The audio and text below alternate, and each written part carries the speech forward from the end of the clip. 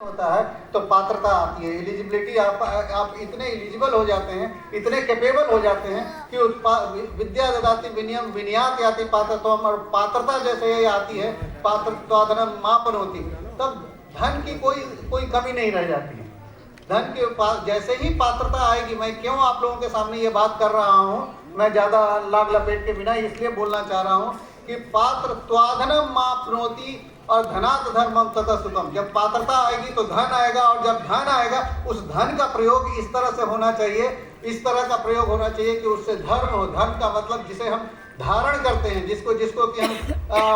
धर्म मतलब जो सीमित रूप से उसको मैं परिभाषा में बांधना नहीं चाहता हूँ। तो जिससे कहते हैं कि धर्म का काम करना। आखिर उस धन का क्या? मैं कह रहा हूँ कि आज जो पूत कपूत तो क्यों धन संचय, और पूत सपूत तो क्यों धन संचय।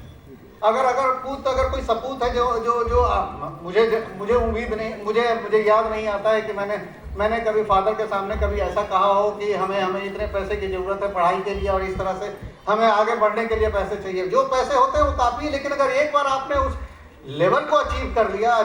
तो उसके बाद फिर आपके पास किसी चीज़ की कोई कमी नहीं होती। और जब कमी नहीं होगी तो उसका, लेकिन जब आप कुछ लेके नहीं आए थे, आपने किसी से कुछ लिया नहीं, तो जो आपके पास आया है उसको एक अच्छे काम में अगर आप लगाएंगे, तभी वो जो पात्रता है, पात्रता से जो एक अर्जित किया हुआ धन है, चाहे वो ज्ञान का धन हो, चाहे वो अर्थ का धन हो, उसका सदुपयोग होना ही आपके जीवन की सबसे बड़ी सिद्धि है, सबसे बड़ा मंत्र है। फिर दूसरी बात उनकी मैं ये भी बताना चाहूँगा कि उन्होंने कहा कि बहुत मतलब आपको एक मैं छोटा सा एग्जांपल देना चाहूँगा कि किस तरह से यहाँ सारे बच्चे, सारे टीचर्स ये जानते होंगे कि अबुल कलाम साहब हमारे एक राष्ट्रपति हुआ करते थे, और वो उसके पहले वो मिसाइल मैन, छोटे से तमिलनाडु की एक छोटी सी जगह से उन्होंने अपनी जीवन की शुरुआत की, और देखते देखते वो इस तरह से यहाँ तक पहुँच गए जो देश का सर्वोच्च स्थान है, वहाँ तक पहुँच गए। मैं यहाँ पे यह सिद्धांत ये बताना चाहता हूँ कि अगर आपने लक्ष्य हासिल कर लिया तो लक्ष्य हासिल कर लिया, और अगर उसमें आपकी ईमानदारी से अगर आपने उसके लिए सोचा, उसके लिए परिश्रम किया, उसके लिए मतलब कहते हैं ना कि उसके लिए खाने के समय, सोने के समय, जीने के समय, कोई और काम करने के समय, अगर आपने केवल उसी को अपना ध्येय बनाया और उसी ध्येय के हिसाब से अगर आप लगातार अपनी ज़िंदगी को आज जीना शुरू कर दिया, तो मैं कहता हूं कि कोई भी लक्ष्य ऐसा नहीं है जिसको कि आप चाहे किसी भी बैकग्राउंड का है, वहाँ आप उसको अचीव करने में आपको दिक्कत होगी। कहते हैं अब तब मुझे फिर क्लास 6 की एक कविता याद आती है, जो उसकी 4 पंक्तियां कि नियम छोड़कर क्या चल सकता है, नियम छोड़कर क्या चल सकता है अखिल विश्व व्यापार, नियम छोड़कर क्या चल सकता है अखिल विश्व व्यापार, व्यक्ति और राष्ट्र की उन्नति का है अनुशासन आधार।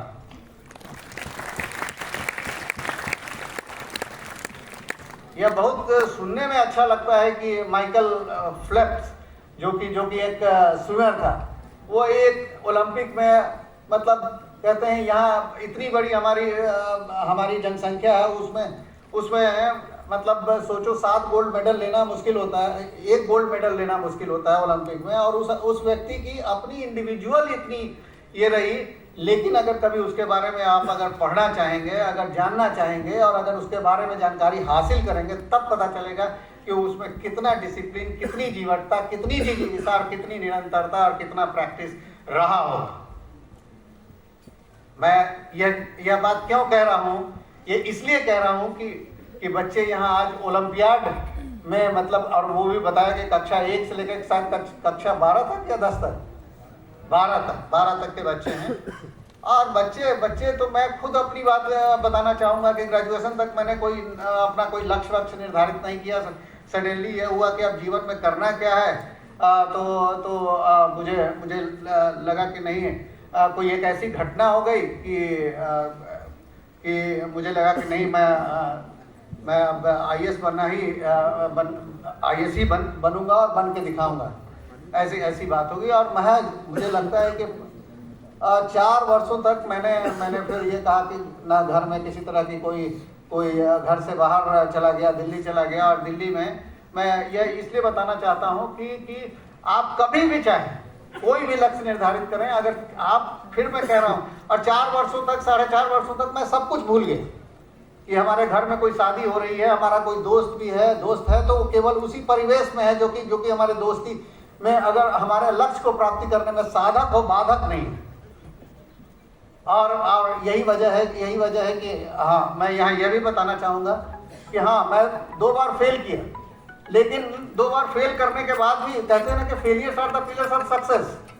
जब आप फेल करेंगे तभी तो पास करेंगे। वह कौन सी दुनिया की ऐसी दौड़ है जिसमें कि आप पीछे न रहें और पहले ही बार से जीतना शुरू कर दें। लेकिन आपको पता होगा कि हमें पता चलना चाहिए कि आपकी गलती क्या है, आपकी कौन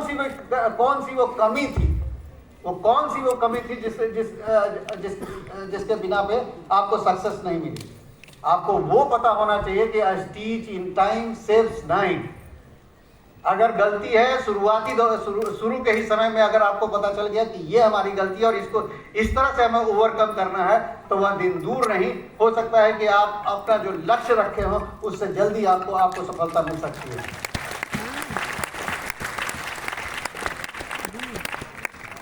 बस जरूरत है रविंद्रनाथ टैगोर के उन बातों को कि चरय वेती चलते रहो, चाहे वह एकला चलने की ही जरूरत क्यों नहीं हो। अकेले मतलब कोई, ठीक है, मैंने जैसा कहा कि आपकी दोस्ती, आपकी जिंदगी, आपका परिवेश, आपका सब सर्कमस्टांसेस, इन्वायरमेंट, वो ऐसा करना होगा, ऐसा बनाना होगा। मैंने कहा कि आप वही सोच रहे हैं, वही खा रहे हैं, वही जी रहे हैं, तभी वो उस लक्ष्य की आप प्राप्ति करें। कई बार ये भी दिक्कत होती है कि लोग कहते हैं कि अरे मैं तो बड़े छोटे से जगह से आया हूँ, चमोली से,